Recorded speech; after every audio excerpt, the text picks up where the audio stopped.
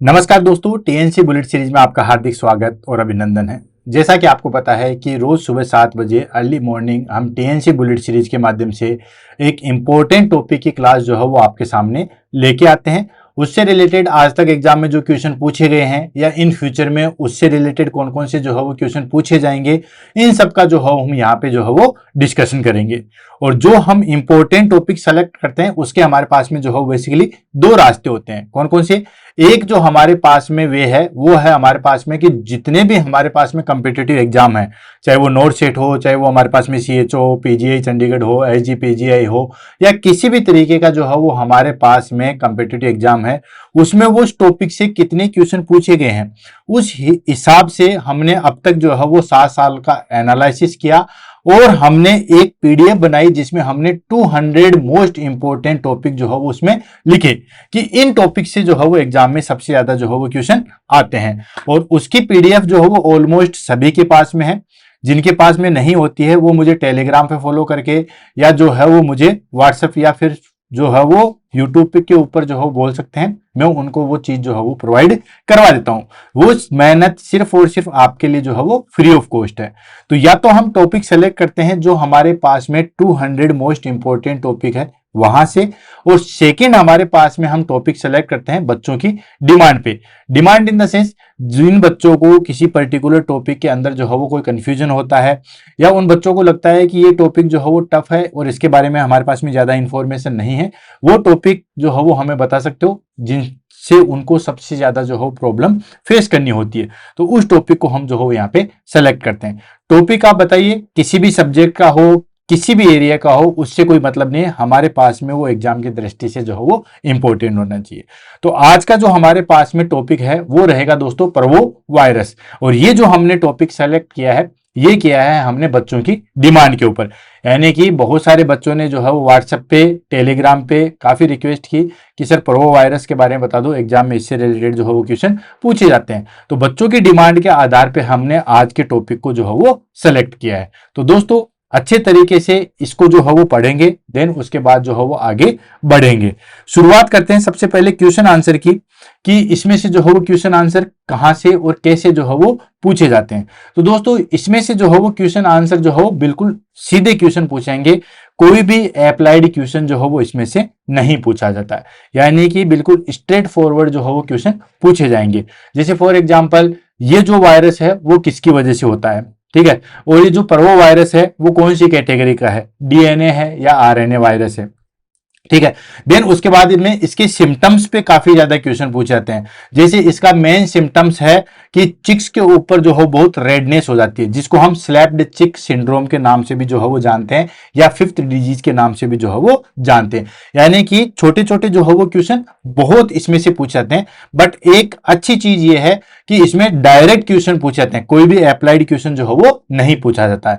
तो अगर आप इस टॉपिक को एक बार जो है वो ब्रीफली रिवाइज कर लोगे, या हम कहें कि आज की क्लास को थोड़ा सा जो है वो ध्यान से पढ़ लोगे, तो इससे रिलेटेड जो भी क्वेश्चन है उन सबको हम जो है यहाँ पे कंप्लीट कर देंगे। क्वेश्चन कहां से पूछे जा सकते हैं उनके में इंपॉर्टेंट वहीं पे जो है वो मैं आपको बता दूंगा, उसको आप स्पेशली जो है वो हाईलाइट कर लीजिए। क्लियर है? देन उसके बाद में ये बेसिकली जो है वो बच्चों को, और हम कहें ये दो कैटेगरी का होता है, एक B19 होता है और एक जो है वो हमारे पास में जानवरों में प्रेजेंट होता है, जो कि बेसिकली कुत्ते और बिल्ली में प्रेजेंट होता है। बहुत सारे लोग घरों में कुत्ते बिल्ली को जो है वो पालते हैं, जिसकी वजह से ये इनको जो है वो अफेक्ट करता है। तो दोनों कैटेगरी हम पढ़ेंगे। हमारे पास में ज्यादा जो कंसंट्रेशन रहेगा वो रहेगा ह्यूमन के ऊपर, क्योंकि एनिमल्स का जो है हमारे पास में एग्जाम में इतना नहीं पूछा जाएगा। एनिमल्स की हमारे पास में सिर्फ एक पेज के अंदर हम इसको डिस्कशन कर देंगे, बाकी सारा का सारा जो है वो डिस्कशन होगा हमारे पास में ह्यूमन के ऊपर।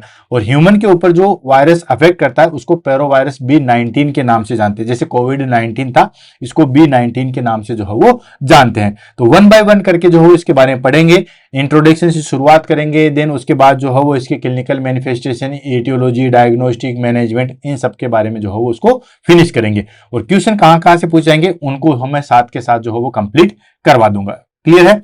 तो चलते हैं आगे और आगे बढ़ते हैं। सबसे पहले हम बात कर लेते हैं दोस्तों इसके इंट्रोडक्शन की, कि ये जो हमारे पास में पर्वो वायरस है वो क्या चीज है, क्या किसको अफेक्ट करता है, किस तरीके से होता है, क्या क्या चीजें करता है, इन सबको ले लेते हैं। तो दोस्तों पर्वो virus is a small non enveloped single standard DNA virus. ये तो जो है वो हमारे पास में इस वायरस की जो है वो मोर्फोलॉजी है। क्या मोर्फोलॉजी है कि पर्वो वायरस जो है वो स्मॉल होता है, यानी कि बेसिकली बैक्टीरिया और वायरस में देखा जाए तो वायरस जो है वो थोड़े लार्ज होते हैं बैक्टीरिया कंपैरिजन में। पर्वो वायरस जो है वो स्मॉल होता है, नॉन एनवेलप्ड। नॉन एनवेलप्ड का मतलब होता है कि इसके ऊपर कोई स्पेसिफिक कवरिंग जो है वो प्रेजेंट नहीं होती है। ये जो आप देख रहे हो कैप्सूल, ये कैप्सूल है, ठीक है, ये जो है बेसिकली कवरिंग नहीं है। तो ये जो है वो नॉन एनवेलप्ड। बहुत सारे बैक्टीरिया जो है वो अपने, बहुत सारे वायरस जो है वो अपने ऊपर एक हार्ड सरफेस का जो है वो एनवेलप लेके चलते हैं, लेकिन ये जो है वो नॉन एनवेलप्ड होता है। तो पर्वो वायरस जो है वो स्मॉल होता है, नॉन एनवेलप्ड होता है और सिंगल स्टैंडर्ड डीएनए वायरस होता है, ठीक है। यानी कि वायरस की जो कैटेगरी है, अगर हम वायरस की जो है वो कैटेगरी करें तो वायरस की जो है बेसिकली दो कैटेगरी होती है। कौन कौन सा? एक होता है आरएनए वायरस और एक होता है हमारे पास में डीएनए वायरस। जैसे हमने हेपेटाइटिस कंप्लीट किया था, इसी बुलेट सीरीज के अंदर हमने हेपेटाइटिस कंप्लीट किया था, तो आपको पता है कि हेपेटाइटिस के हम अलग अलग जो है वो टाइप पढ़े थे। Hepatitis A, B, C, D, इस तरीके से ई। तो ये हमने अलग अलग जो है वो देखे थे। तो हमने वहां पे देखा था कि हेपेटाइटिस बी वाला जो था वो डीएनए वायरस था, बाकी सारे के सारे जो है वो आरएनए वायरस है। ऐसे ही जो एचआईवी है वो भी एक आरएनए वायरस होता है। तो ये बेसिकली डीएनए और आरएनए होता है, ठीक है। अब इनमें जो डीएनए प्रेजेंट होता है, ठीक है, 99.99% जितने भी वायरसेज हैं उनमें हमारे पास में सिंगल स्टैंडर्ड डीएनए प्रेजेंट होता है, ठीक है। डबल स्टैंडर्ड डीएनए जो है वो किसमें प्रेजेंट होता है? यूकैरियोटिक सेल्स में। जैसे हम ह्यूमन बीइंग की जो सेल्स होती है उनमें जो है वो डबल स्टैंडर्ड डीएनए होता है, बाकी ऑलमोस्ट सब में जो है वो सिंगल स्टैंडर्ड डीएनए होता है। अगर आपके पास में किसी वायरस के बारे में पूछा जाए कि ये वायरस जो है वो कौन सा होता है, सिंगल स्टैंडर्ड होता है या फिर डबल स्टैंडर्ड होता है, तो दोस्तों आपको अगर वो क्वेश्चन नहीं आ रहा है तो आप डायरेक्टली जो है वो क्लिक किसके ऊपर करके आओगे? सिंगल स्टैंडर्ड पे। तो वो क्वेश्चन आपका जो है 99.99% जो है वो सही ही जाएगा। क्यों? क्योंकि ऑलमोस्ट जितने भी हमारे पास में डीएनए वायरस होते हैं वो सारे के सारे जो है वो सिंगल स्टैंडर्ड डीएनए होते हैं, ठीक है।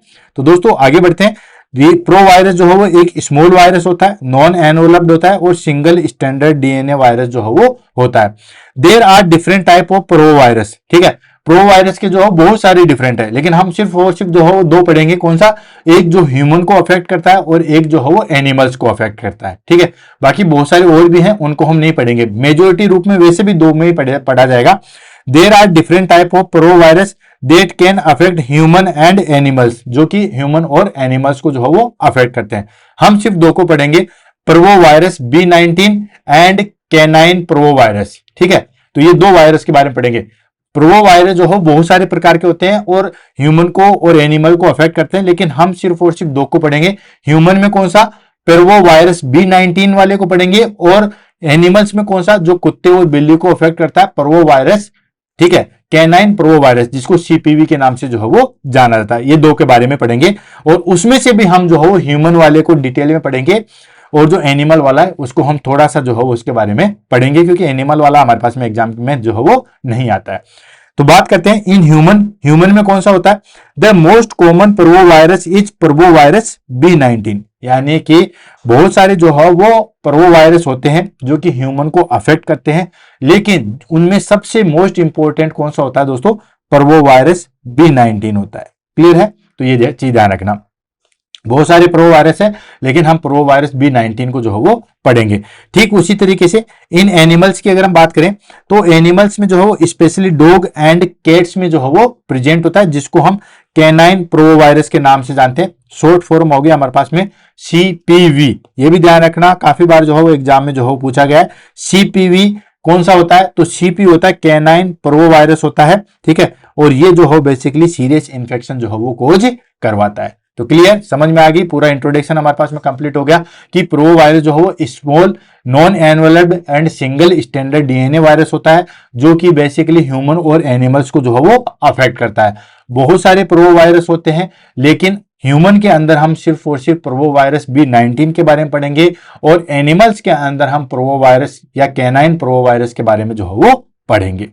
तो सबसे पहले हम बात कर लेते हैं दोस्तों B19 ह्यूमन वाले की। टाइप ऑफ पर्वो वायरस की बात करें तो मैंने आपको बता दिया टाइप इसके बहुत सारे हैं, लेकिन हम सिर्फ दो टाइप पढ़ेंगे, कौन सा, ह्यूमन वाला और एनिमल वाला। ह्यूमन वाले में भी कौन सा, पर्वोवायरस B19, ठीक है, और एनिमल वाला कौन सा, कैनाइन पर्वोवायरस। इन दो के बारे में ही जो है वो पढ़ेंगे।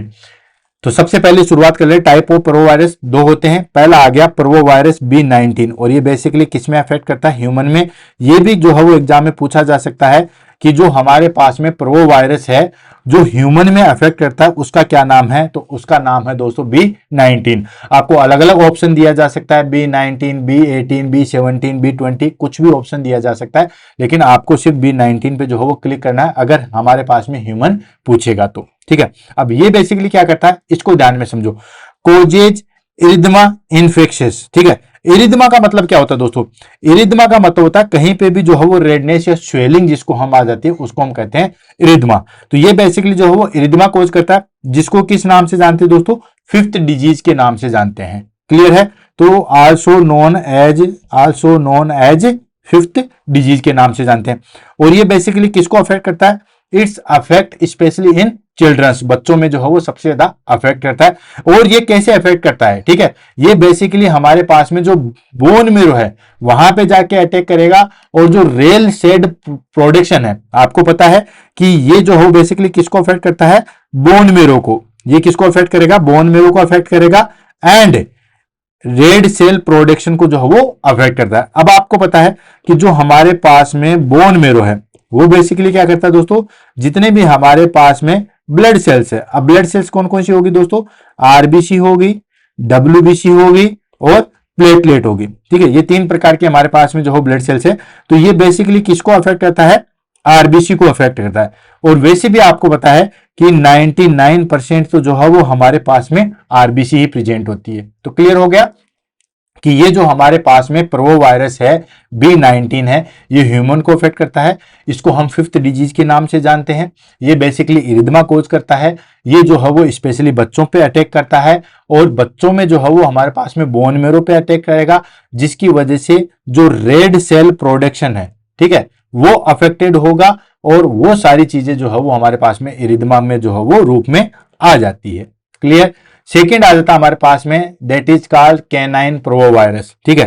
कैनाइन पर्वोवायरस को हमने शॉर्ट फॉर्म में बता दिया CPV। और ये जो है वो किसको अफेक्ट करता है, ये बेसिकली डॉग्स, कैट, पपीज छोटे बच्चों को जो है वो कहा जाता है बच्चों को। तो it's affect puppies and dogs को अफेक्ट करता है। और ये जो है वो सीवियर गैस्ट्रोएंटेराइटिस करवाता है, ठीक है दोस्तों। सीवियर आपको पता है बहुत ज्यादा जो डेंजर चीज होती है उसको हम कहते हैं सीवियर गैस्ट्रोएंटेराइटिस, यानी कि हमारे पास में स्टोमक और इंटेस्टाइन का जो है वो इन्फेक्शन कोज करता है, ठीक है। ये हमारे पास में बेसिकली जो है वो गेस्ट्रो का मतलब क्या हो गया दोस्तों, स्टोमक, एंड एंट्राइटिस का मतलब हो गया हमारे पास में दोस्तों इंटेस्टाइन, ठीक है। ये दोनों को जो है वो अफेक्ट करता है, यानी कि ये जो है वो सीवियर वोमिटिंग एंड डायरिया जो है वो कोज करवाता है। और ये हाईली कंटेजियस होता है और लाइफ थ्रेटनिंग होता है अगर इसको ठीक नहीं किया गया तो।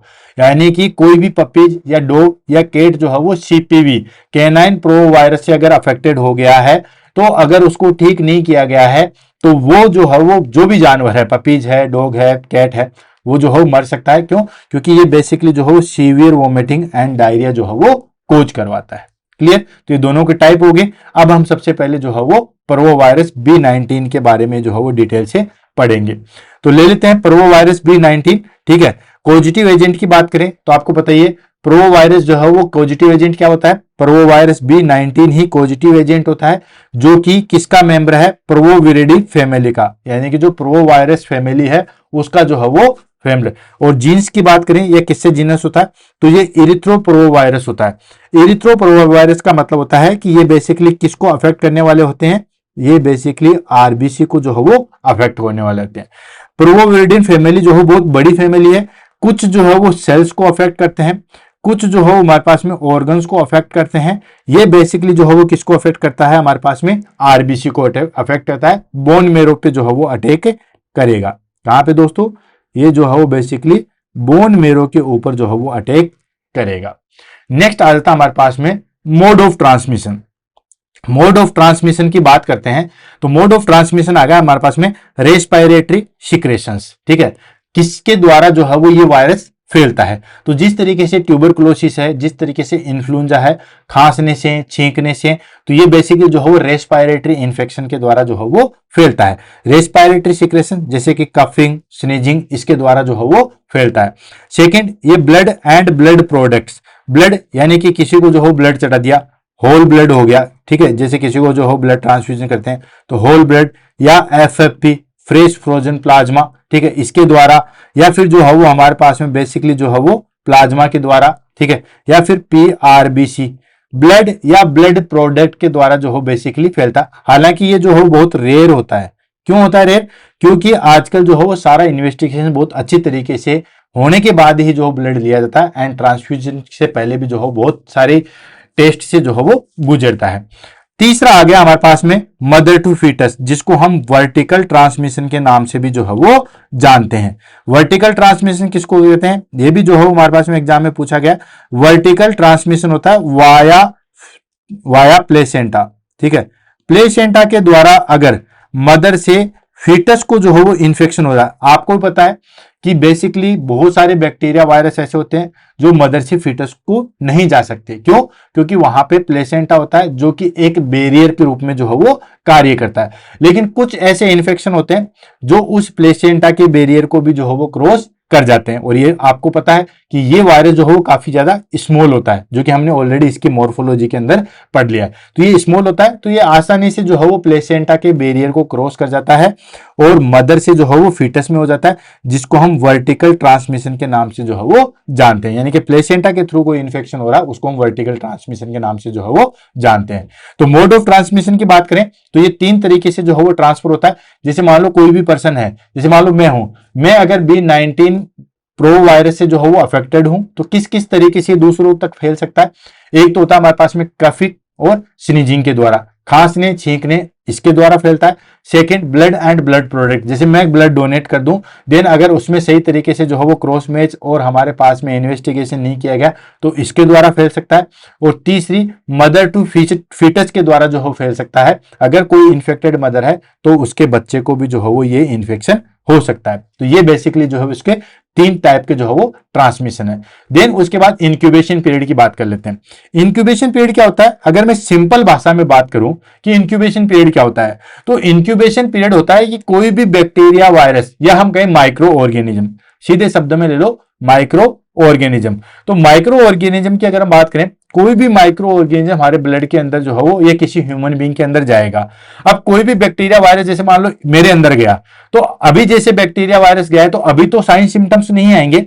जब बैक्टीरिया वायरस अंदर जाएगा या कोई भी माइक्रो ऑर्गेनिज्म बॉडी के अंदर जाएगा, फिर वहां पे मल्टीफिकेशन करेगा, देन उसके बाद जो है वो मल्टीफिकेशन करने के बाद वो अपने साइन एंड सिम्टम्स दिखाएगा। यानी कि जो डिजीज है उसके साइन सिम्टम्स जो दिखाएगा उसको हम कहते हैं इंक्यूबेशन पीरियड, ठीक है। तो इंक्यूबेशन पीरियड हमारे पास में आ गया कि एंट्री टू कोई भी माइक्रो ऑर्गेनिज्म XYZ, कोई भी माइक्रो ऑर्गेनिज्म है, चाहे बैक्टीरिया है, चाहे वायरस है, चाहे फंगाई है, कोई भी माइक्रो ऑर्गेनिज्म है, वो एंट्री से लेके जब साइन एंड सिम्टम्स प्रोड्यूस होते हैं उस टाइम तक का जो टाइमिंग है उसको हम कहते हैं दोस्तों इंक्यूबेशन पीरियड।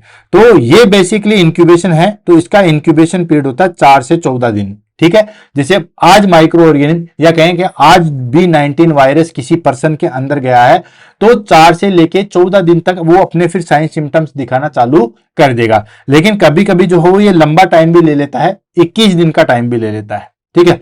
ये डिपेंड करता है, इंक्यूबेशन पीरियड डिपेंड करता है किसी भी माइक्रो ऑर्गेनिज्म के मल्टीफिकेशन पे, कि वो माइक्रो ऑर्गेनिज्म है किस तरीके से जो है वो मल्टीप्लाई हो रहा है, ठीक है।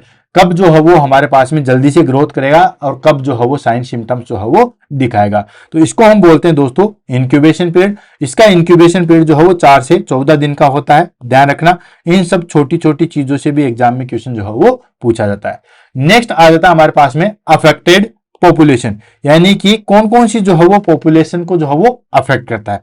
तो आपको पता है बेसिकली जो है वो ये किसको अफेक्ट करता है? चिल्ड्रंस को, ठीक है, जो कि हमने ऑलरेडी डिस्कस कर लिया है। माइल्ड डिजीज, जिसको 5th डिजीज के नाम से भी जो है वो जानते हैं, ठीक है, also known as 5th disease के नाम से भी जो है उसको जाना जाता है। और ये बेसिकली किसको अफेक्ट करता है? चिल्ड्रंस, बच्चों को अफेक्ट करता है। Next, adult, it can cause joint pains या आर्थराइटिस, ये जो है वो एडल्ट को लिटिल बिट जो है वो एडल्ट को भी अफेक्ट करता है, और ये बेसिकली जो है वो जॉइंट पेन या आर्थराइटिस जो है वो कोज करेगा। यानी कि कोई भी पर्सन जो है वो इससे अफेक्टेड होगा तो वो बेसिकली जॉइंट्स पेन को अफेक्ट करेगा। जैसे आपने थोड़े दिन पहले सुना होगा डेंगू या चिकनगुनिया जो है, ठीक है, तो ये भी बेसिकली जो है वो हमारे पास में जॉइंट को ही जो है वो अफेक्टेड करता है। नेक्स्ट होता है प्रेग्नेंट वुमन। थोड़ी देर पहले ही हमने देखा था कि प्रेग्नेंट वुमन भी जो है, या हम कहें कि मदर से भी जो है बच्चे को ये इन्फेक्शन जो है वो हो सकता है वर्टिकल ट्रांसमिशन के माध्यम से। तो प्रेग्नेंट वुमन भी जो है वो इसमें अफेक्टेड होती है। और प्रेग्नेंट वुमन में जो है वो ये क्या करता है दोस्तों, हाइड्रोप्स फिटेलिस कोज करता है। अब ये जो है वो हमारे पास में हाइड्रोप्स फिटेलिस जो है वो कैसे होगा, ये सीवियर फिटल एनीमिया होगा, ठीक है। यानी कि बेसिकली अगर प्रेग्नेंट वुमन जो है वो इस चीज से अफेक्टेड होगी तो बच्चा जो है वो सीवियर एनीमिया से सफर करेगा। फिटल एनीमिया का क्या मतलब हो गया दोस्तों, कि जो बेबी है वो हमारे पास में सीवियर एनीमिया से जो है वो सफर करेगा। देन उसके बाद immuno compressed and sickle cell patient, जिन पर्सन की इम्यूनिटी कम है। इम्यूनो कंप्रेस्ड का मतलब होता है कि those person have lose immunity, या हम कहें कि those person have decrease immunity, जिनकी इम्यूनिटी डिक्रीज है। या sickle cell patient, sickle cell patient का मतलब हो गया दोस्तों, सिकल सेल का पेशेंट का मतलब हो गया कि इनके अंदर जो बेसिकली आरबीसी है वो एस शेप की होती है। क्या होती है दोस्तों, एस शेप की होती है। ऑलरेडी मैंने जो है वो बुलेट सीरीज के अंदर एनीमिया करवा रखा है। एनीमिया के जितने भी टाइप हैं, सिकल सेल एनीमिया है, थैलेसीमिया है, देन आयरन डेफिशिएंसी है, मेगलोब्लास्टिक है, परनीसिस है, सारे एनीमिया मैंने कंप्लीट जो है वो करवा रखे हैं। तो सिकल सेल एनीमिया में बेसिकली क्या होता है कि जो हमारे पास में आरबीसी की साइज है वो एस शेप की हो जाती है, ठीक है। तो अगर कोई पर्सन सिकल सेल एनीमिया से सफर कर रहा है, या इम्यूनो कंप्रेस्ड, इम्यूनो कंप्रेस्ड का मतलब होता है जिसकी इम्यूनिटी जो है वो डिक्रीज होगी, जैसे एचआईवी वाला हो गया, या और भी बहुत सारी डिजीज के अंदर जो है वो इम्यूनिटी डिक्रीज होती है।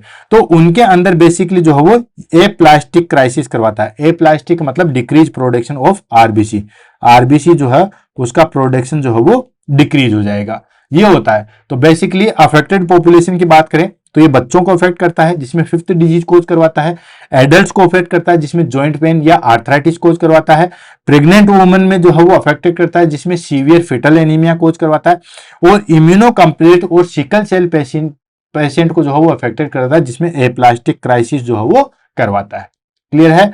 नेक्स्ट आता है हमारे पास में, ये देखो ये हो गया हमारे पास में फिफ्थ डिजीज। फिफ्थ डिजीज को किस नाम से जानते हैं, slapped cheek syndrome. Slap cheek syndrome कैसे, जैसे किसी पर्सन को जो है वो स्लैप कर देते हैं, ठीक है, जापड़ मार देते हैं, तमाचा मार देते हैं, कंटाप मार देते हैं, कुछ भी बोल दीजिए, ठीक है, तो गाल बिल्कुल जो है वो लाल हो जाता है, ठीक है। तो इस तरीके से बिल्कुल जो है वो आपके गाल जो है बिल्कुल रेड दिखाई देंगे, यहाँ पे आप देख सकते हो।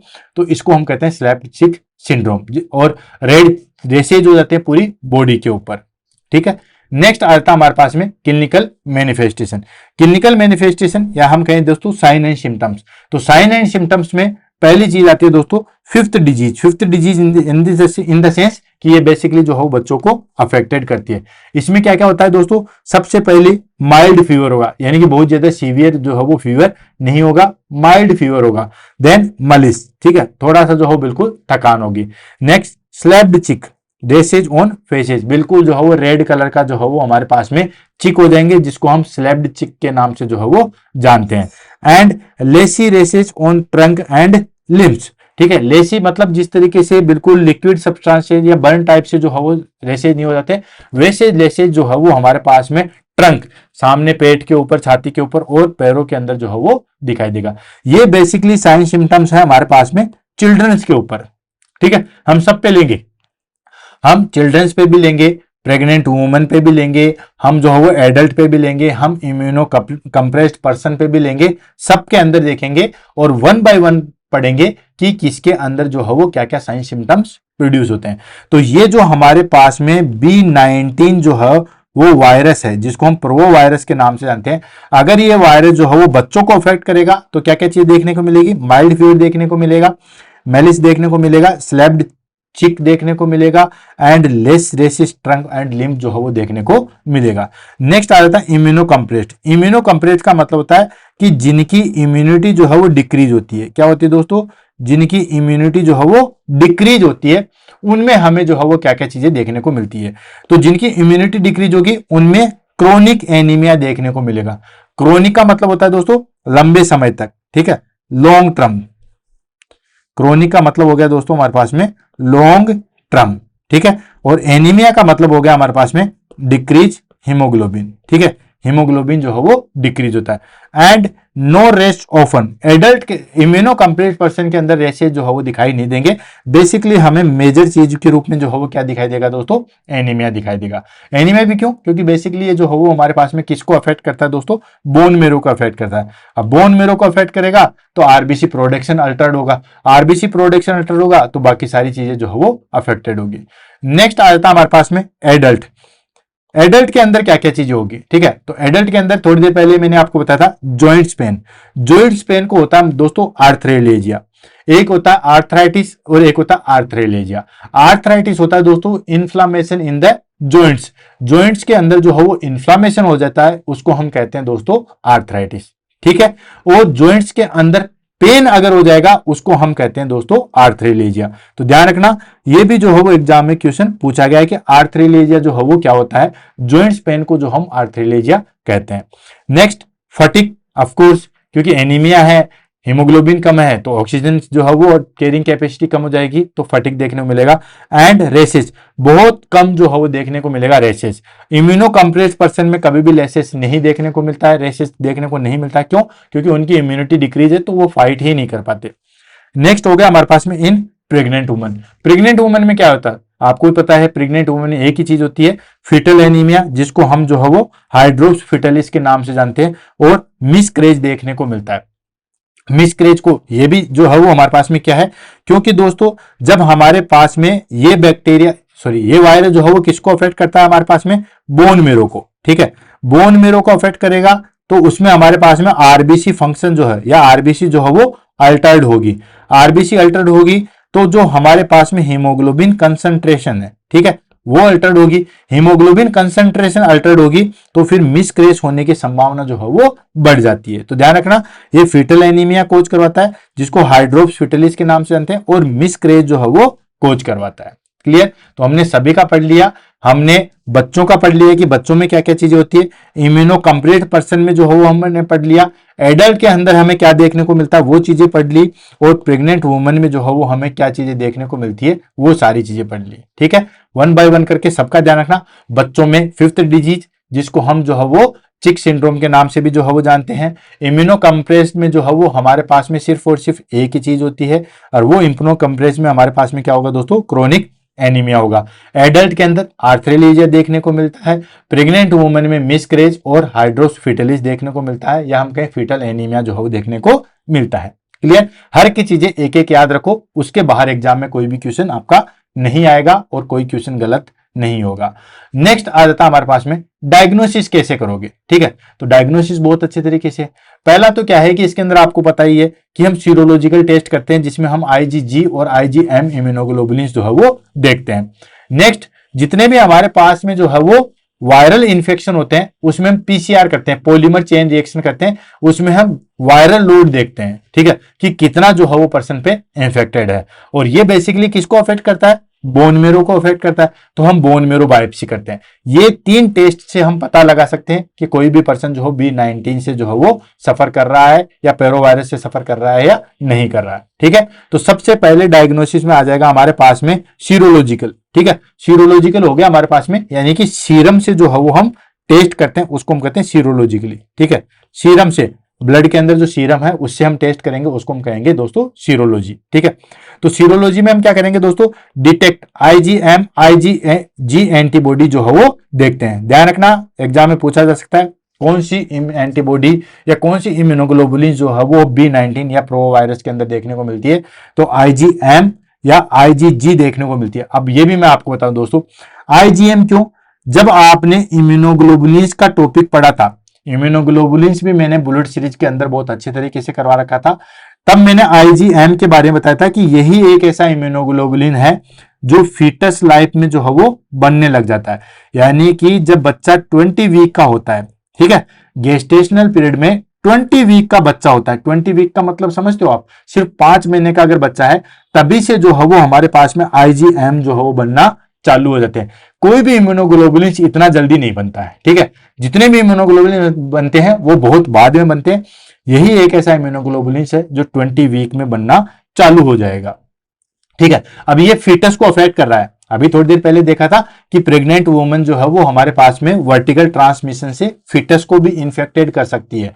तो फीटस को इन्फेक्टेड कर सकती है मतलब ये प्रेगनेंसी कंडीशन में ही जो है वो इन्फेक्टेड हो गया। तो हर एक चीज जो है वो एक दूसरे से जुड़ी हुई है। तभी तो मैं बार बार कहता हूं कि डिटेल से पढ़ो, डिटेल से पढ़ोगे तो ही सिलेक्शन होगा। शॉर्टकट का जमाना गया, न तो शॉर्टकट के जो है वो आजकल एग्जाम में क्वेश्चन आते हैं, और कोई भी कोचिंग वाला या कोई भी यूट्यूब पे या कोई भी आपको कहता है कि फटाफट 2 महीने में पढ़ के सिलेक्शन ले लोगे, कभी भी किसी का 2 महीने में नहीं हुआ। कहने की बातें होती है, उसके लिए आपको अथाह मेहनत की जरूरत होती है, लगातार पढ़ने की जरूरत होती है, हार्ड वर्किंग की जरूरत पड़ती है, तभी सिलेक्शन होता है, अदरवाइज नहीं होता है। ठीक है, तो दोस्तों इसके अंदर हम बेसिकली IgM और IgG इम्यूनोग्लोबुलिन्स जो है वो देखते हैं, या एंटीबॉडी जो है वो देखते हैं। सेकंड आ गया हमारे पास में पीसीआर करते हैं। जो भी वायरल इंफेक्शन है उसमें हम पीसीआर करते हैं, जिसको हम बोलते हैं पॉलीमरेज चेन रिएक्शन। ठीक है, इवन एक एग्जाम में तो पीसीआर की फुल फॉर्म भी जो है वो पूछी गई थी कि पीसीआर की फुल फॉर्म क्या होती है दोस्तों, पॉलीमरेज चेन रिएक्शन होती है। इसके अंदर हम डिटेक्ट वायरल डीएनए जो है वो हम देखते हैं। नेक्स्ट आ जाता है बोन मेरो बायोप्सी। ये इसका कंफर्मेटरी टेस्ट है, या हम कहें कि गोल्डन टेस्ट है, गोल्डन टेस्ट होता है। क्यों? क्योंकि ये बेसिकली किसको अफेक्ट करता है, बोन मेरो को अफेक्ट करता है। तो बोन मेरो को अफेक्ट करता है तो हम बोन मेरो बायोप्सी करते हैं। बोन मेरो बायोप्सी भी ऑलरेडी मैंने टीएनसी बुलेट सीरीज के अंदर जो है वो पढ़ा रखी है। अब जो बच्चे नए जुड़े हैं उनको लगता है कि सर हर चीज के बारे में ये कहते हैं कि ये मैंने बुलेट सीरीज के अंदर पढ़ा रखा है, ये मैंने पढ़ा रखा है। तो दोस्तों बिल्कुल पढ़ा रखा है। आज हमारे पास में लगभग हम जो है वो 180-90 नंबर की क्लास के ऊपर जा चुके हैं। तो कहीं ना कहीं जो है वो हमें पता है कि हमने कितनी टॉपिक कंप्लीट कर लिए हैं। आधे से ज्यादा टॉपिक हमने कंप्लीट कर लिए हैं। 365 टॉपिक कंप्लीट करने का हमने वादा किया था। ठीक है, डेली हम एक टॉपिक कंप्लीट करेंगे, पूरे साल कंप्लीट करेंगे, 365 टॉपिक करेंगे। उसमें से आधे से ज्यादा टॉपिक हम कंप्लीट कर चुके हैं, यानी कि लगभग 190 के ऊपर हम जो है वो पहुंचने वाले हैं। तो 190 संख्या हो गई तो कुछ तो हमने पढ़ा ही होगा। ठीक है, इसलिए जो पढ़ा है उसी के बारे में कह रहा हूं। आप चाहे तो सर्च कर सकते हो। सर्च करने के लिए आपको यूट्यूब में जाना है। यूट्यूब में जाने के बाद टीएनसी नर्सिंग सेलेक्ट करोगे। वहां पे आपको जिन बच्चों ने सब्सक्राइब कर रखा, अच्छी बात है, उनको वैसे भी नोटिफिकेशन मिल जाता है। जिन्होंने नहीं कर रखा उनको सब्सक्राइब करना पड़ेगा, तभी नोटिफिकेशन मिलेगा। वहां टीएनसी नर्सिंग क्लासेज में जाके हम जो हो प्लेलिस्ट में जाएंगे। प्लेलिस्ट में हमारे पास में जो हो वो एक बुलेट सीरीज आएगा। बुलेट सीरीज के अंदर हम जो हो वो कोई भी बुलेट सीरीज को जो जो टॉपिक हम पढ़ना चाहते हैं वो हम वहां पे देख सकते हैं। ठीक है, तो इसके अंदर बोन मेरो बायोप्सी करते हैं। ये क्या करता है दोस्तों, show giant pro normoblast in the aplastic crisis. यानी कि जब हम बोन मेरो बायोप्सी करते हैं, क्या होता है दोस्तों, बोन मेरो बायोप्सी करेंगे और फिर उस बायोप्सी का जो है विजुअलाइजेशन देखेंगे। ठीक है, विजुअलाइजेशन अगर हम इसका देखेंगे तो विजुअलाइजेशन देखेंगे तो उसके अंदर बड़ी बड़ी जो है वो हमें प्रोनॉर्मोब्लास्ट देखने को मिलेगा। प्रोनॉर्मोब्लास्ट क्या होता है दोस्तों, ये प्रोनॉर्मोब्लास्ट जो है वो हमारे पास में pronormoblast, then normoblast, then reticulocyte, then erythrocyte, finally जो है वो आरबीसी का जो है वो निर्माण करती है। यानी कि इसी से जो है वो आरबीसी का निर्माण होता है। ये अलग अलग जो है वो चेंजेज में होगा। तो वहां पे हमें बहुत, जेंट का मतलब होता है बहुत बड़ी बड़ी जो है वो प्रोनॉर्मोब्लास्ट जो है वो दिखाई देगी। ठीक है, और शुरू में हमने देखा था कि ये बोन मेरो का अफेक्ट करती है, और बोन मेरो में भी किसको, आरबीसी को जो है वो अफेक्ट करती है। क्लियर है, तो ये 3 टेस्ट हम करेंगे जिससे हम B19 का पता लगा सकते हैं। सीरोलॉजी टेस्ट करेंगे, पॉलीमर चेन रिएक्शन करेंगे, एंड बोन मेरो बायोप्सी जो है वो करेंगे। नेक्स्ट आ जाता है हमारे पास में ट्रीटमेंट, कि ट्रीटमेंट हम किस तरीके से जो है वो करेंगे। तो सबसे पहली चीज आती है हमारे पास में ट्रीटमेंट की, कि B19 प्रो वायरस का जो है या प्रो वायरस का जो है वो कोई भी स्पेसिफिक एंटीवायरल ट्रीटमेंट नहीं है। जैसे हम जो है वो HIV के लिए ART चलाते हैं, ठीक है, लेकिन इसके लिए कोई specific, there is no specific antiviral treatment for parvo virus B19 के लिए कोई भी स्पेसिफिक जो है वो हमारे पास में एंटीवायरल ट्रीटमेंट नहीं है। क्लियर। सेकंड आ जाता है हमारे पास में सिम्टोमेटिक एंड सपोर्टिव। सिम्टोमेटिक का मतलब क्या होता है दोस्तों, according to sign symptoms. According to sign symptoms हम चीजें देते हैं। जैसे किसी को फीवर हो गया तो एनाल्जेसिक दे दो, किसी को जो है वो पेन हो गया तो एनाल्जेसिक दे दो, किसी को फीवर हो गया तो हम एंटीपायरेटिक दे सकते हैं। किसी को जो है वो हमारे पास में उल्टी होगी तो एंटी एमेटिक देते हैं। यानी कि अकॉर्डिंग टू पेशेंट कैसे जो है वो हमारे पास में साइन एंड सिम्टम्स प्रोड्यूस कर रहा है, उसी के अनुसार जो है वो हम क्या करते हैं दोस्तों, सिम्टोमेटिक ट्रीटमेंट करते हैं। तो सिम्टोमेटिक एंड सपोर्टिव ट्रीटमेंट करेंगे। सपोर्टिव का मतलब होता है कि पेशेंट को जो है वो ठीक लगे, पेशेंट जो है वो अच्छा फील करे, वो होता है हमारे पास में सपोर्टिव, जो पेशेंट को जो है वो सपोर्ट करे। तो इसके अंदर हम क्या करेंगे दोस्तों, सबसे पहले क्लाइंट को जो है वो रेस्ट करेंगे। क्यों? क्योंकि हमारे पास में आरबीसी प्रोडक्शन कम है, आरबीसी प्रोडक्शन है तो हमारे पास में हीमोग्लोबिन भी कम है, हीमोग्लोबिन कम है तो क्लाइंट जो है वो थोड़ा सा मलेज फटिक जो है वो रहता है, इसलिए हम जो है वो दोस्तों रेस्ट करवाएंगे। हाइड्रेशन, हाइड्रेशन का मतलब होता है दोस्तों उसको प्रॉपर वाटर सप्लाई देंगे, कहीं पे भी जो है वो पानी की कमी नहीं छोड़ेंगे। एंड एनाल्जेसिक, और एनाल्जेसिक में हम जो है वो बेसिकली पीसीएम पैरासीटामोल को जो है वो यूज में लेते हैं। नेक्स्ट आ जाता है हमारे पास में ब्लड ट्रांसफ्यूजन इन एप्लास्टिक क्राइसिस। ठीक है, ब्लड ट्रांसफ्यूजन करेंगे एप्लास्टिक क्राइसिस। अगर क्लाइंट को एप्लास्टिक एनीमिया है या एप्लास्टिक कंडीशन है, ठीक है, एप्लास्टिक क्राइसिस, क्राइसिस क्या होता है दोस्तों, सीवियर कंडीशन, सीवियर कंडीशन, किसी भी चीज की जो है वो सीवियर कंडीशन हो तो उसको हम क्राइसिस कहते हैं। जैसे थायराइड कोई डिजीज है या हाइपोथायरिडिज्म है, वो एक कंडीशन है, लेकिन अगर उससे सीवियर कंडीशन आ जाएगी उसको हम कहते हैं थायराइड क्राइसिस। तो क्राइसिस जहां पे भी आ जाए वो होता है हमारे पास में सीवियर। तो एप्लास्टिक क्राइसिस की कंडीशन में हम क्या करते हैं दोस्तों, ब्लड ट्रांसफ्यूजन किया जाता है। क्लियर।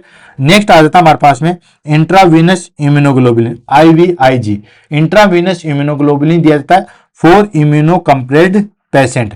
जो पर्सन जिनकी इम्यूनिटी डिक्रीज है, जिनको हम इम्यूनो कंप्रेस्ड कैटेगरी में रखते हैं, उनको हम IVIG जो है वो देते हैं, इम्यूनोग्लोबुलिन जो है वो इंट्रावीनस दिया जाता है। क्लियर।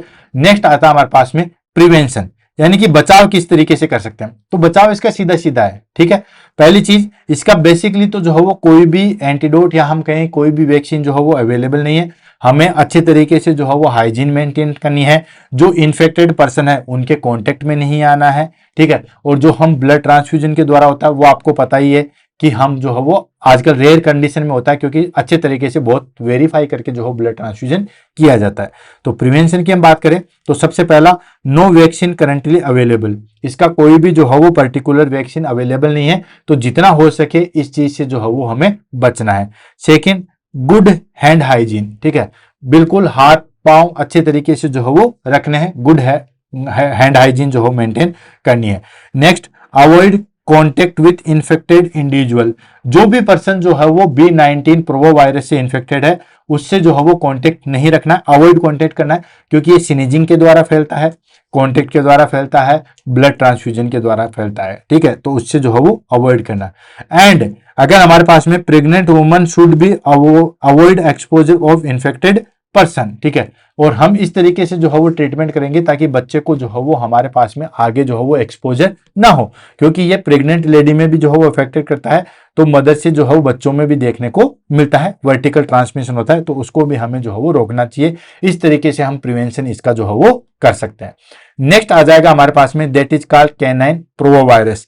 कैनाइन प्रोवो वायरस के बारे में मैंने आपको एक छोटी सी चीज बताई थी कि ये बेसिकली जो है वो किसको अफेक्ट करता है, पपीज को, डॉग्स को, कैट को, इनको अफेक्टेड करता है। तो ये चीजें जो है वो बेसिकली उन डॉग्स को अफेक्ट करेगा और सीवियर वॉमिटिंग एंड डायरिया कराएगा। अगर उसको ट्रीट नहीं किया गया तो उस एनिमल की जो है वो मौत भी हो सकती है। इतना ही हम इसके अंदर पढ़ेंगे, ज्यादा चीजें नहीं पढ़ेंगे, क्योंकि एग्जाम में एनिमल से रिलेटेड हमारे पास में नहीं आता, सिर्फ ह्यूमन बीइंग से रिलेटेड आता है। क्लियर। तो सबसे पहले आता है causes.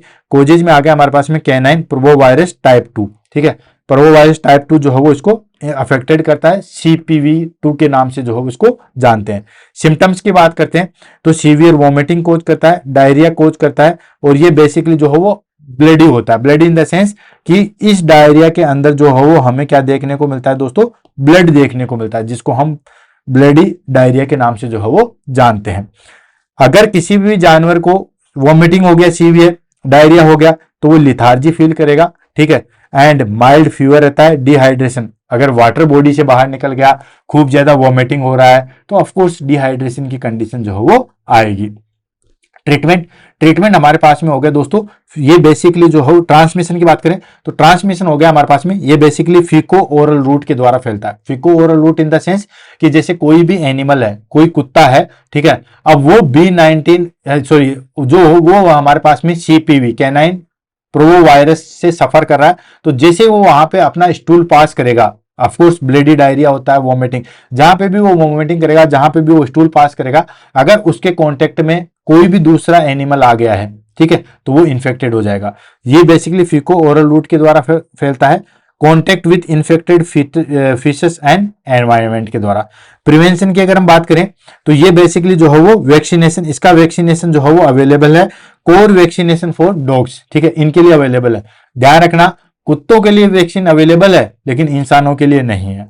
Point should be noted. काफी बार जो है वो एग्जाम में पूछा गया है, पूछा भी जा सकता है कि जो हमारे पास में प्रोवो वायरस है जो कि एनिमल्स और ह्यूमन बीइंग दोनों को अफेक्टेड करता है, तो कौन से का जो है वो हमारे पास में वैक्सीन बना हुआ है। तो बहुत सारे बच्चे को लगता है कि ह्यूमन का तो बना हुआ ही होगा, तो वो ह्यूमन पे टिक करते हैं, गलत है। ह्यूमन वाले का बना हुआ नहीं है, एनिमल वाले का जो है वो बना हुआ है। सेकंड, इसका प्रिवेंशन हो जाता है isolation of the infected animals. जो भी एनिमल्स इससे सफर कर रहा है उसको हम आइसोलेशन में रख देते हैं, अलग रख देते हैं, सेपरेट रखते हैं, ताकि ये आगे ज्यादा जो है वो स्प्रेड ना हो। ट्रीटमेंट की बात करें तो इसमें भी हमारे पास में वही सपोर्टिव ट्रीटमेंट जो है वो चलता है। इसमें हम फ्लूइड देते हैं, क्यों? क्योंकि सीवियर डायरिया है, वॉमिटिंग है, एंटीबायोटिक्स देंगे, ठीक है, और उसके बाद में जो भी सेकेंडरी इन्फेक्शन है उससे हम जो है वो प्रिवेंट करेंगे। क्लियर है? तो ये बेसिकली हमने जो है वो कैनाइन प्रो वायरस के बारे में जो है वो पढ़ा है, जो कि एनिमल्स को जो है वो अफेक्ट करते हैं। क्लियर है? यहाँ पे याद रखने वाली चीज ये की है वो है कि इसका वैक्सीनेशन अवेलेबल है, बाकी का ह्यूमन बीइंग वाले का जो है वो नहीं है। अब आ जाता है हमारे पास में nursing concentration for parvo virus B19, ठीक है। B19 में जो है वो नर्सिंग कंसेंट्रेशन में हम क्या क्या करेंगे, किस तरीके से जो है वो हम उसका ध्यान रखेंगे, इन सब चीजों को चलते हैं। तो सबसे पहले आ जाता है दोस्तों हमारे पास में monitor for sign of anaemia, rash and joint pain, ठीक है। एनीमिया को, रैश को और जॉइंट पेन को जो हम असेस करेंगे। एनीमिया आपको होता है, पता ही है क्यों होता है, क्योंकि ये बोन मेरो पे जो है वो अफेक्ट करता है, ठीक है, बोन मेरो पे अफेक्ट करता है और वहां पे आरबीसी के प्रोडक्शन को डिक्रीज करता है, जिसकी वजह से एनीमिया होता है और उसकी वजह से छोटे छोटे रैशेज हो जाते हैं जिसको हम इरिदमा कहते हैं। और जॉइंट पेन जो है वो हमें देखने को मिलता है जिसको हम क्या कहते हैं दोस्तों, आर्थ्रेलेजिया। क्या करेंगे दोस्तों, आर्थ्रेलेजिया के नाम से जानते हैं। Next, educate patient about transmission and hygiene, ठीक है।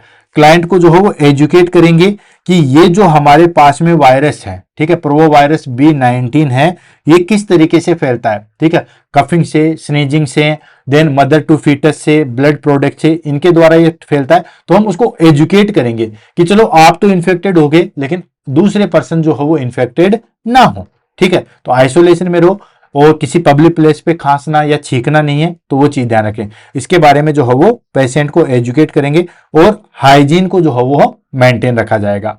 नेक्स्ट आ जाता है हमारे पास में pregnant woman should be referred for foetal monitoring, ठीक है। प्रेग्नेंट वुमन अगर इस B19 वायरस से सफर कर रही है, ठीक है, अब ये B19 से सफर कर रही है तो आपको बताइए कि ये जो हो मदर से फीटस में आ सकता है, प्लेसेंटा को क्रॉस करके, तो उसके लिए हम फीटल मॉनिटरिंग करेंगे, ठीक है, बार बार जो हो टेस्ट करेंगे या हम फीटल का जो हो ध्यान रखेंगे कि ये वायरस उस बच्चे को तो इफेक्टेड नहीं कर चुका है। देन उसके बाद जो भी इम्यूनो कंप्रेस पेशेंट जिनकी इम्यूनिटी डिक्रीज है उनको हम जो है वो IVIG की थेरेपी के लिए प्रिपेयर करेंगे। इंट्रावीनस इम्यूनोग्लोबुलिन, IVIG का मतलब हो गया हमारे पास में इंट्रावीनस इम्यूनोग्लोबुलिन थेरेपी के लिए जो है उनको प्रिपेयर करेंगे। देन उसके बाद लास्ट आ जाता है standard precaution for all necessity to avoid spread infection, ठीक है। स्टैंडर्ड प्रिकॉशन में आपको पता ही है कि आइसोलेशन में रखा जाता है, पीपी किट यूज की जाती है, जो भी उसके कफिंग स्नीजिंग से रिलेटेड आइटम्स है उन सबको जो है वो डिस्पोज किया जाता है और स्टैंडर्ड प्रिकॉशन जो है मेंटेन किया जाता है, ताकि एक पर्सन तो इन्फेक्टेड हो गया, अब दूसरे पर्सन उससे इन्फेक्टेड ना हो। ये बेसिकली नर्सिंग कंसिडरेशन है। एनीमिया, रेशेज, जॉइंट पेन का जो है वो ध्यान रखेंगे, ठीक है। ट्रांसमिशन के बारे में बताएंगे कि किस तरीके से ये ट्रांसमिशन होता है, तो आपको किस तरीके से इसको कंट्रोल करना है। प्रेग्नेंट वुमन अगर इससे सफर कर रही है तो हम जो है वो उसको रेफर कर देंगे फिटल मॉनिटरिंग के लिए कि अब बच्चे में तो जो है वो कम से कम ध्यान रखें। जो इम्यूनो कंप्रेस्ड पर्सन है उसमें IVIG के लिए तैयार करेंगे और स्टैंडर्ड प्रिकॉशन मेंटेन करेंगे ताकि ये आगे से आगे स्प्रेड ना हो। नेक्स्ट आ जाता है हमारे पास में इसकी समरी। देन इस टॉपिक को जो है वो हम फिनिश करेंगे। यहां तक हमारे पास में टॉपिक फिनिश हो चुका है। समरी की बात करते हैं। समरी हम दोनों की लेंगे, प्रोवो वायरस B19 जो कि बेसिकली ह्यूमन को अफेक्ट करता है, और कैनाइन प्रोवो वायरस जो है वो बेसिकली एनिमल्स को अफेक्ट करता है। इसमें भी ध्यान रखना क्रोनोप्रोमो वायरस जो है वो 2 अफेक्टेड करता है, ठीक है, तो ये चीज ध्यान रखना। तो 1 बाय 1 करके लेते हैं। सबसे पहले अफेक्ट की बात करते हैं, तो ये बेसिकली किसको अफेक्ट करता है, तो दोस्तों पर्वो वायरस B19 जो है वो ह्यूमन को अफेक्ट करता है, और कैनाइन पर्वो वायरस या CP कैनाइन पर्वो वायरस 2 है वो डॉग्स या हम कहें केट या पपीज, इनको जो हो बेसिकली अफेक्ट करता है। ट्रांसमिशन की बात करें तो ये बेसिकली किसके द्वारा होता है दोस्तों, ये रेस्पिरेटरी यानी कि कफिंग स्नीजिंग के द्वारा, blood and blood product PRBC WBC whole blood FFP इनके द्वारा होता है। वर्टिकल आपको पता ही है कि मदर टू फीटस में ये इनका ट्रांसमिशन होता है। तो ये बेसिकली 3 तरीके से जो हो ट्रांसमिशन होता है, ठीक है। और कैनाइन प्रोवो वायरस जो हो फीको ओरल रूट के द्वारा होता है, ठीक है, कि कोई भी इन्फेक्टेड डॉग्स जो है वो अपने फीसेस को फैला देगा, देन उसके बाद कोई भी हेल्दी डॉग उसके कांटेक्ट में आएगा तो उसको वो चीज हो जाएगी, ठीक है। मेजर सिम्टम्स की बात करें तो इसके अंदर रैशेज होता है, एनीमिया हमें देखने को मिलेगा, देन उसके बाद जॉइंट पेन हमें देखने को मिलेगा, ठीक है, रैशेज हमें देखने को मिलेगा, अच्छा रैशेज तो ऑलरेडी जो है वो हो चुका है, ठीक है, जॉइंट्स पेन ये सारी चीजें देखने को मिलेगी, माइल्ड जो है वो फीवर देखने को मिलेगा, ठीक है, फीवर देखने को मिलेगा, तो ये सारी चीजें जो हो हमें देखने को मिलेगी, ठीक है। और इसके अंदर बेसिकली क्या होता है दोस्तों, ब्लडी डायरिया होता है एंड वोमिटिंग जो है वो हमें देखने को मिलेगी। ये 2 मेन चीज, ब्लडी डायरिया एंड वोमिटिंग जो है वो देखने को मिलेगी। हाई रिस्क की बात करें तो दोस्तों इसमें प्रेग्नेंट लेडी है वो हाई रिस्क में है, क्यों, क्योंकि ऑलरेडी वो इन्फेक्टेड है और बच्चे को भी इन्फेक्टेड कर सकती है। और जो इम्यूनो कंप्रेड पर्सन है जिनकी इम्यूनिटी डिक्रीज है उनमें हाई रिस्क होता है। और कैनाइन प्रो वायरस जो है वो पपीज बिल्कुल छोटे होते हैं, ठीक है, तो उनकी इम्यूनिटी इतनी अच्छी नहीं होती है, तो ये हाई रिस्क कैटेगरी में आते हैं। वैक्सीन की बात करें तो दोस्तों प्रोवो वायरस B19 की कोई वैक्सीन अवेलेबल नहीं है, लेकिन इसकी हमारे पास में जो कैनाइन प्रोवो वायरस है जो एनिमल को अफेक्ट करता है उसकी जो है वो अवेलेबल है। ध्यान रखना, ये भी एग्जाम में काफी बार जो है वो पूछा जा सकता है।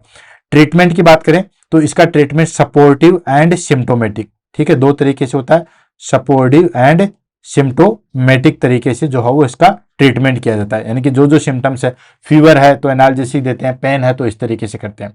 और कैनाइन प्रो वायरस का ट्रीटमेंट जो है वो सपोर्टिव और इंटेंसिव केयर के द्वारा जो है वो किया जाता है। क्लियर है? तो दोस्तों इसी के साथ जो है वो हम आज की क्लास को जो है वो फिनिश करते हैं और मिलते हैं कल सुबह 7 बजे नए जो है वो टॉपिक के साथ में। तब तक के लिए जो है वो ऑल द बेस्ट। और जिन बच्चों ने बार बार जो है वो रिक्वेस्ट की थी, टेलीग्राम पे रिक्वेस्ट की थी, उनके बिहाफ पे मैंने ये कोर्स जो है वो आपके ऊपर लेके आए, या कोर्स की बात करें ये टॉपिक जो है मैं आपके लिए लेके आऊं। और भी किसी बच्चे को अगर किसी पर्टिकुलर टॉपिक में जो हो प्रॉब्लम है तो बता सकते हो। क्लास कैसी लगी उसके बारे में जरूर बताइएगा। इसी के साथ आज की क्लास से अलविदा लेते हैं। Good bye, thank you so much.